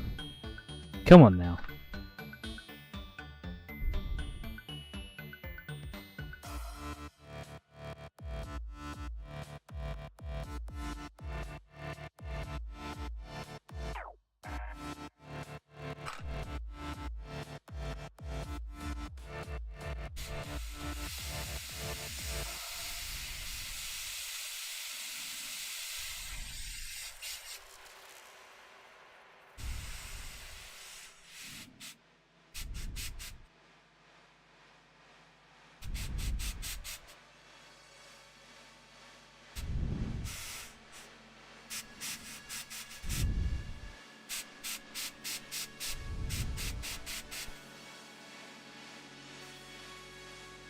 Shiv says, look man, we talked about this. The shoe people wouldn't have shoelaces, okay? Yeah, that's just clearly a little story that just emerged out of my mind space on the spot. Really sorry about that. Yeah, the shoe people don't have to have shoelaces.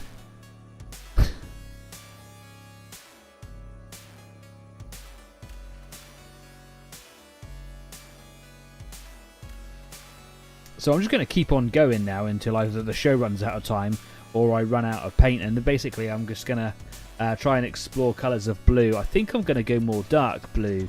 There's a desire to want to use the light blue to try and make it pop against the colour scheme. But actually I think a darker blue here, funnily enough, ironically added with a bit of white to make it pop, I think is probably the saner choice.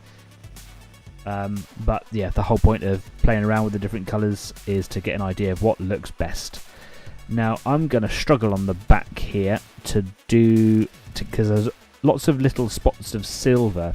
Now what I could do is just spray happily over the top with the colours that I want to do and then go back and do silver. That feels a little bit like doing the job twice.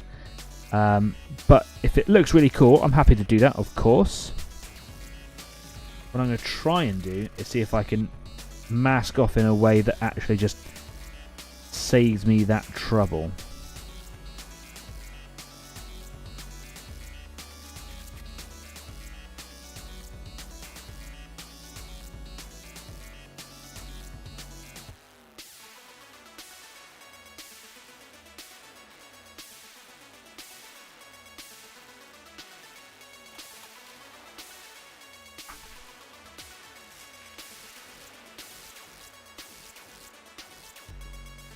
Get one of those old bits of tape in there.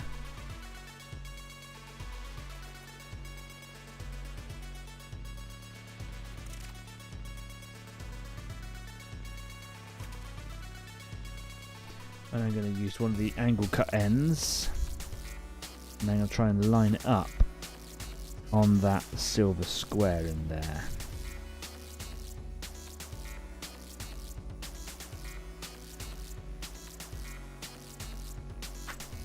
Let's give it a go, right? Let's see what happens.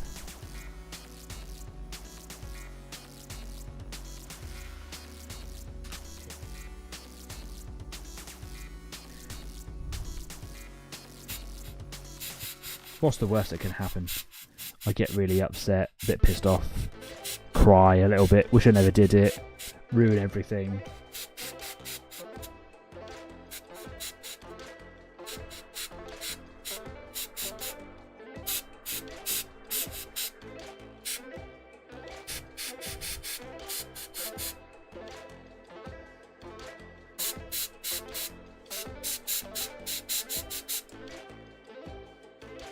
Okay, we're going to see how that goes.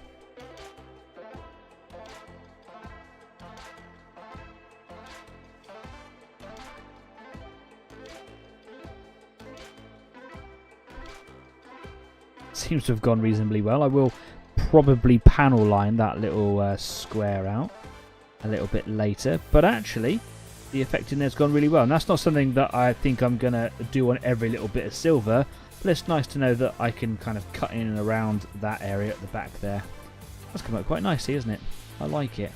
So still got to work my way, maybe over the top over here, and around the back, and around this side with that turquoise colour. I don't think I've got enough in the hopper to actually try and do that. I think probably only got enough for like maybe one more go. So, I know, still got a substantial amount in there, I think. I'm just going to keep on going this evening until this runs out. But if you want to join me for the last little bit of my painting this evening, you can always join me after the show. Come on to Discord at the Easy 8 After Party. There's a link to it just down there. And you can kind of carry on the conversation if you wish. But it's a quiet night because it's a Thursday. I expect there'll probably just be the people in the... Oh, excuse me, in the live chat. But if you find yourself coming in at the last minute, come on over. Also, the Discord chat is pretty chatty 24/7. Like, there's just people in there just talking, you know, throughout the week. So if you're looking for that kind of conversation to continue, that is definitely the place to go and do it. Come and join these guys because they're in there a lot.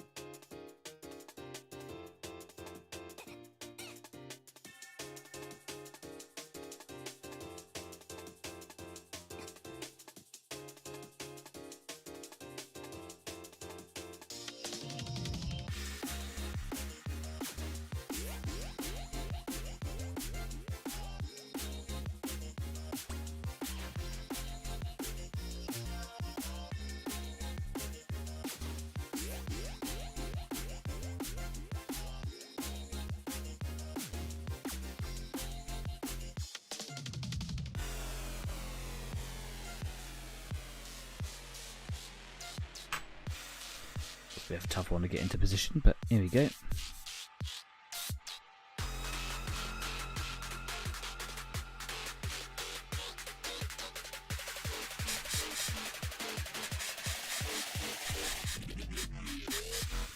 If anything, I am learning control with the airbrush through this whole project, because I'm not wrapping the rest of the miniature in cling film or blue tack or modelling putty or anything like that anymore.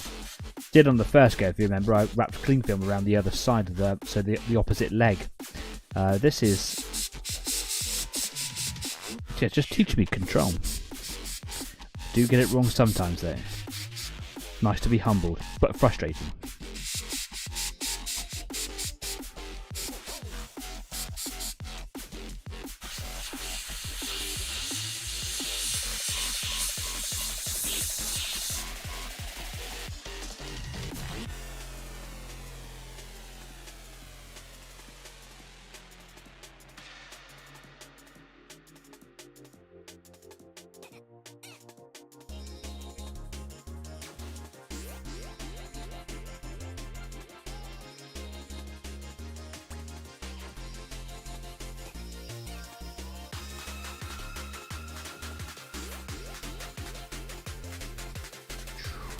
It's going to be really hard trying to get in and around this frame thing at the back. So if I'm going to do anything with that, I might save that as a sort of a last minute thing right at the end of each colour, and I could just repaint it silver, because I'm clearly going to end up getting either turquoise or blue over it, and that's fine. It'll be a bit irritating, but it'd be nice to kind of get some colour in the back there, wouldn't it?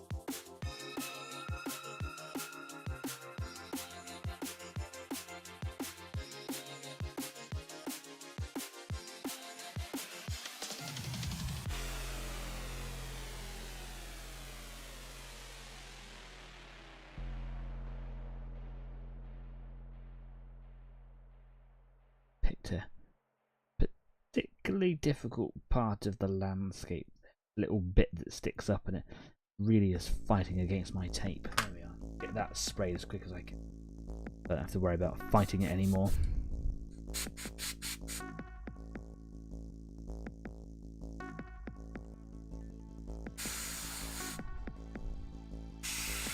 I'm hoping that I get the blue done faster. I am starting to learn to get better at this. I think I've gone through this much faster than I've done the other two times when I did a leg in each episode.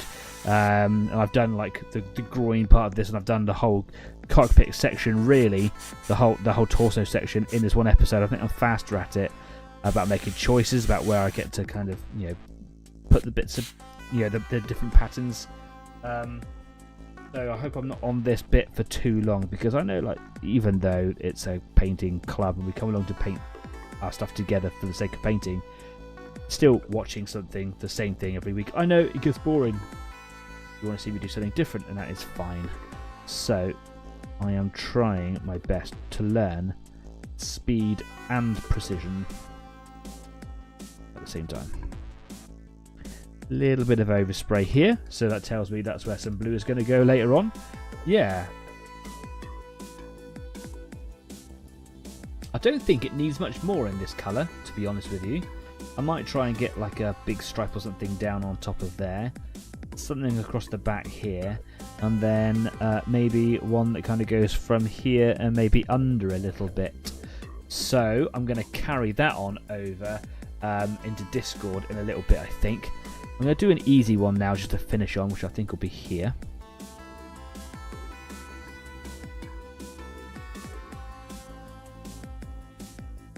When I say finish, I mean finish the show, because I've still clearly got more bits to paint.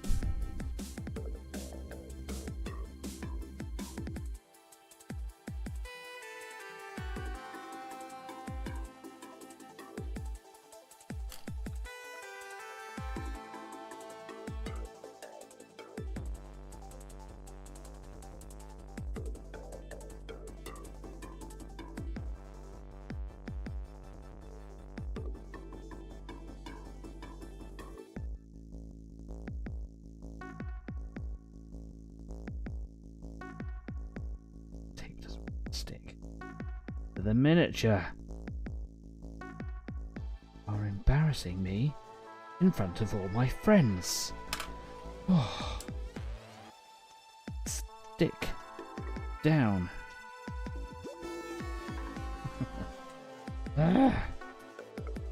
Frustrating.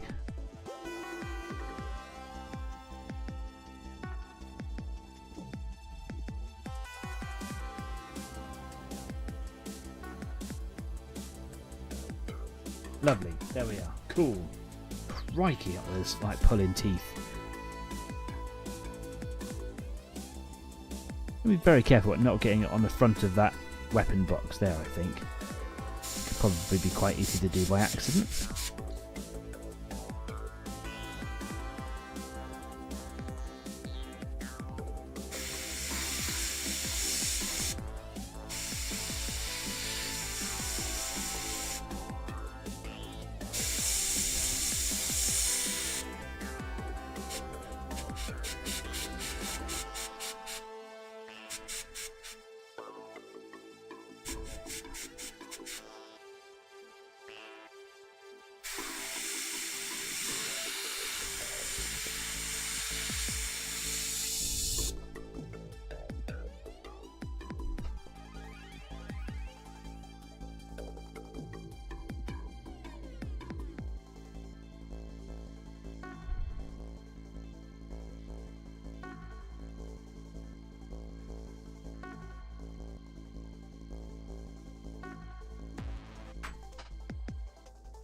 I think it's starting to get a lot of quite exciting character to it now.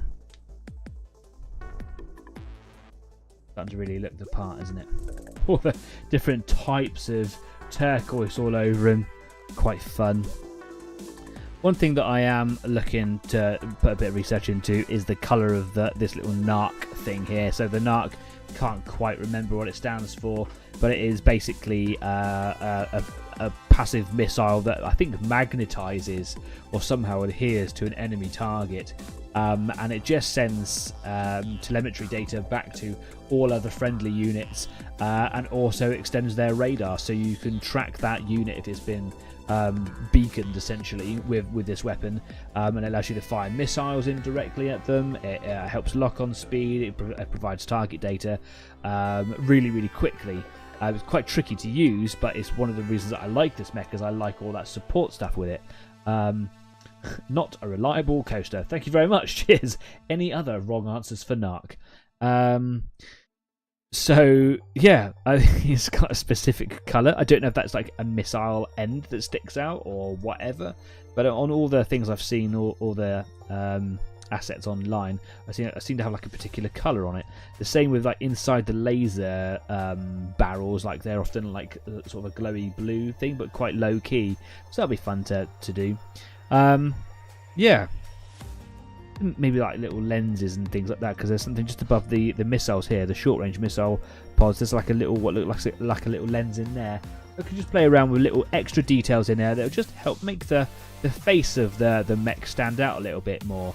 I'm going to put a couple more lines on this guy over on Discord now, so I've stopped now for the second on the show.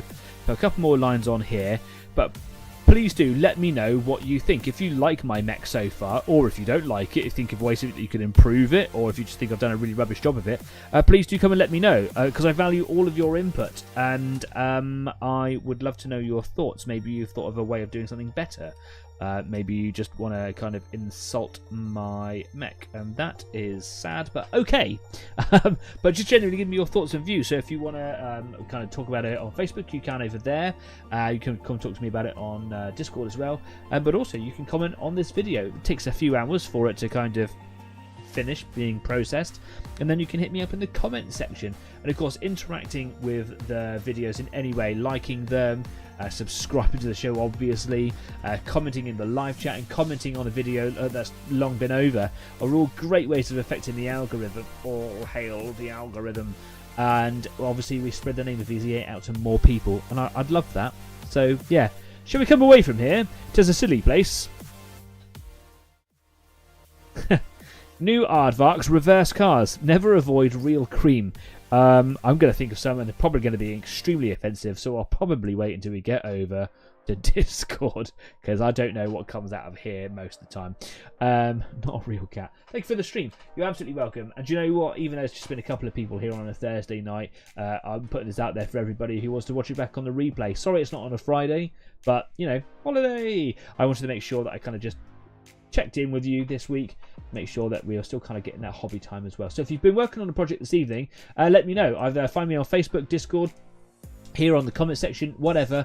Take pictures of your work, share it with the community. It's been a bit quiet on the pictures front lately, apart from Adrian, who's just been like flooding the Facebook pages with all his pictures.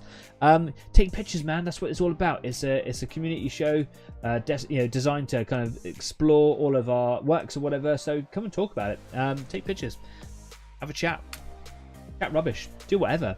And most importantly, subscribe to the show, because subscribers are how we grow. It sounded like it rhymed, so I thought I'd give it a go. Shut up. I did not rehearse that. That just came out of my mouth. Ugh. It's tough being me. It really is. Anyway, that's really all I've got for this week. I will hopefully be back in next Friday. So not tomorrow, but Friday the 24th, for the very exciting adventure of the 200th episode, where I'm hoping to bring you a really cool surprise, which will come in the future if it doesn't, but I'm really hoping it does. So if you want to find out what that surprise is, tune in next Friday for episode 200. Wowee. Until then, ladies and gentlemen, forgot what I'm pushing. Stay safe. Be kind. Please keep on painting. Get some colour on your grey. And come and join me next week. See you soon. Bye-bye.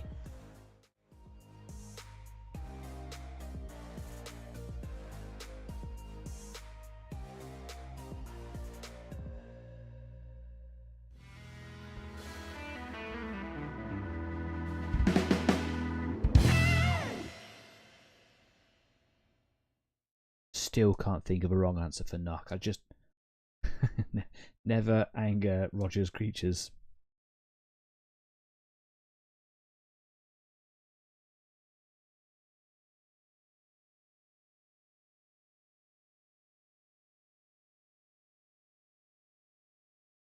Narrating at random clients. And I'm done. Cheers.